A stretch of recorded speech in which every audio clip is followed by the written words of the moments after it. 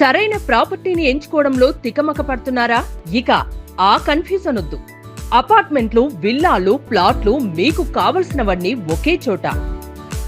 Suman TV biggest property expo October 18th, 19th HSCC నావటెల్ Hyderabad. ఇప్పుడే free entry కోసం call చేయండి.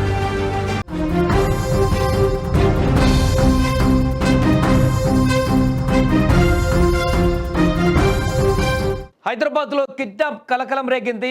బాలికను ఆటోలో కిడ్నాప్ కు ప్రయత్నించాడు దుండగుడు. దానికి సంబంధించిన న్యూస్ చూసే ముందు బిగ్ అప్డేట్ ఒకసారి చూద్దాం. హైదరాబాద్ మొత్తంలో ఉన్న బెస్ట్ ప్రాపర్టీస్ అన్నిటినీ ఒకే వేదికపైకి తీసుకువస్తుంది సుమన్ టీవీ. అక్టోబర్ 18, 19వ తేదీన HICC నోవోటోలో జరిగే సుమన్ టీవీ ప్రాపర్టీ ఎక్స్పోలో best flats, villas, open plots Deepavali offers and డిస్కౌంట్స్తో అందుబాటులో ఉంటాయి.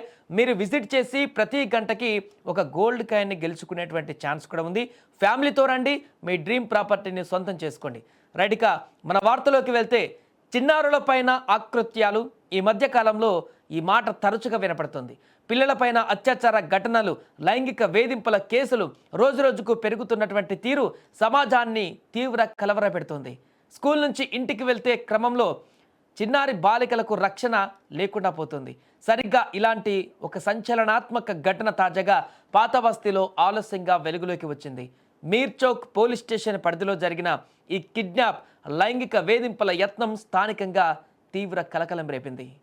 పంచేష సమీపంలోని ప్రభుత్వ పాఠశాలలో చదువుతున్నటువంటి బాలిక సోమవారం సాయంత్రం 4:30 సమయంలో పాఠశాల నుండి ఇంటికి వెళ్తుండగా సయ్యద్ షబ్బీర్ అలీ అనే ఒక ఆటో డ్రైవర్ ఆమెను తన ఆటోలోకి ఎక్కించాడు. అంతేకాదు, మీ తండ్రి ఈ ఆటో పంపించాడు, ఎక్కు అని చెప్పడంతో ఆ బాలిక కూడా నిర్భయంగా ఆటోలో కూర్చుంది.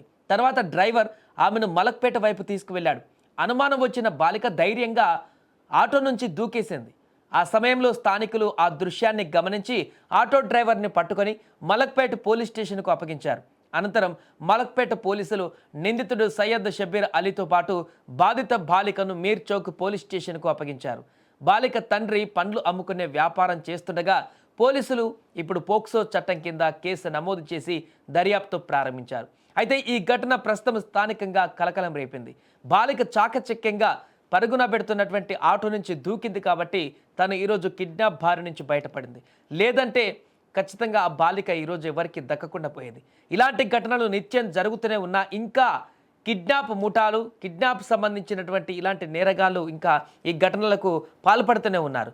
ఖచ్చితంగా ఇలాంటి వారికి కఠినమైనటువంటి శిక్ష విధించాలంటూ కూడా స్థానికులు తీవ్ర ఆగ్రహం వ్యక్తం చేస్తున్నారు. ఇక పాప అక్కడ ఆటో నుంచి దూకిన వెంటనే అలర్ట్ అయ్యారు.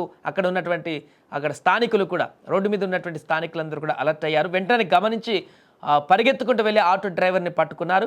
అదేవిధంగా ఆ పాపను రక్షించి ఆ పాపను డీటెయిల్స్ కూడా కనుక్కొని ఎవరు ఏంటని కనుక్కొని వారి తండ్రికి ఇన్ఫామ్ చేసి అదేవిధంగా పోలీసులకు ఇన్ఫామ్ చేసి వారికి అప్పగించే ప్రయత్నం చేశారు. ఈ నేపథ్యంలో కొంత ఉద్రిక్త వాతావరణం కూడా అక్కడ నెలకొంది. ఆటో డ్రైవర్ కిడ్నాప్ చేస్తున్నాడనే విషయం తెలిసిన తర్వాత అక్కడున్న వారందరూ కూడా పూర్తిగా చితకబాదారు అతన్ని.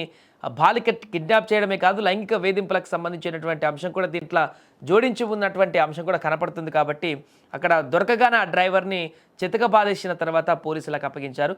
ప్రస్తుతానికి కేసు నమోదయ్యి అయితే దర్యాప్తు కొనసాగుతుంది.